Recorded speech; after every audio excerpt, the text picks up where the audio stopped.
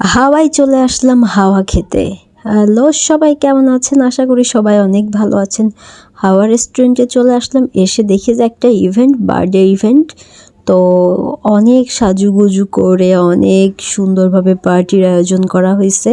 তো নিচের জায়গাগুলো তো আসলে বুক করা হয়েছিল। আমরা তাহলে এখন এসির মধ্যে চলে যাব। এই জায়গাটাতে ওরা বুক করছে এবং বার্থডে পার্টির একটা আয়োজন করছে। বেশ ভালো লাগছিল দেখতে, মেয়েটাকে অনেক কিউট লাগছিল, খুব ড্রেসটাও অনেক সুন্দর। বিশেষ করে নেকলেসটার দিকে আমার নজর সরতেছিল না।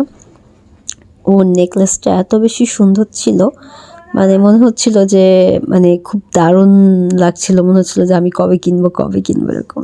আসলে গরিব মানুষের তো আর আকাশের চাঁদ দেখে লাভ নাই, কারণ ওটা ধরতে পারবো না, কারণ অনেক দাম বেশি। তো যাই হোক, মেয়েটাকে অনেক সুইট লাগছিল, সত্যি অনেক সুইট লাগছিল। আর এখানে পার্টির অনেক আয়োজন করা হয়েছিল। ফ্যামিলি মেম্বার কাউকে দেখি নাই, বাট ফ্রেন্ড সার্কেলগুলাই এসেছিল।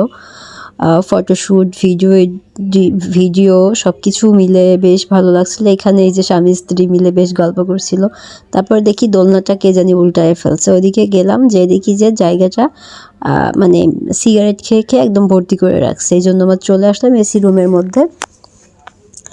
এসে কী দিব অর্ডার ভাবতেছি আমি আর আমার বোন। তো থাই স্যুপ দিলাম, আমি যেহেতু ডায়েটে থাকি এই জন্য থাই স্যুপটা প্রেফার করলাম। আর আমার বোনের জন্য একটা বিরিয়ানি অর্ডার দিলাম। আর চলে আসলো কিছুক্ষণের মধ্যেই। স্যুপটা মোটামুটি ভালো ছিল, তবে আমি 100-এর মধ্যে আমি 70 দিব। আমার কাছে এমনই লেগেছে। আর সবথেকে বড় যে বিষয়টা সেটা হচ্ছে এটার সাথে যে সস এবং ইয়াটা দিয়েছিল, কি বলে এটাকে, মানে কাঁচামরিচের যেই পানিটা দিয়েছিল, ওটা আমার কাছে বেশ ভালো লেগেছিল। এটা সব রেস্টুরেন্টে দেয় না, বাট এখানে দিয়েছিল। স্যুপটা বেশ ঘন ছিল, টেস্টি ছিল, কিন্তু স্যুপের মধ্যে ঘাসটা বেশি দিয়ে ফেলছে। আর আরেকটা বিষয়, স্যুপটা আরেকটু পাতলা হইলে মনে হয় ভালো লাগতো। স্যুপ হিসাবে এটা বেশি ঘন হয়ে গেছে, ক্রিমি টাইপের হয়ে গেছে। তো অবশেষে আমি বিরিয়ানিটা চলে আসলো আমাদের এখানে। তো বেশ সুন্দরভাবে সাজিয়ে একদম প্রেজেন্ট করলো আমাদের সামনে। আর এটা আমি একটু খেয়ে নিলাম। খাওয়ার পর বেশ ভালো একটা অনুভূতি। বাট যখন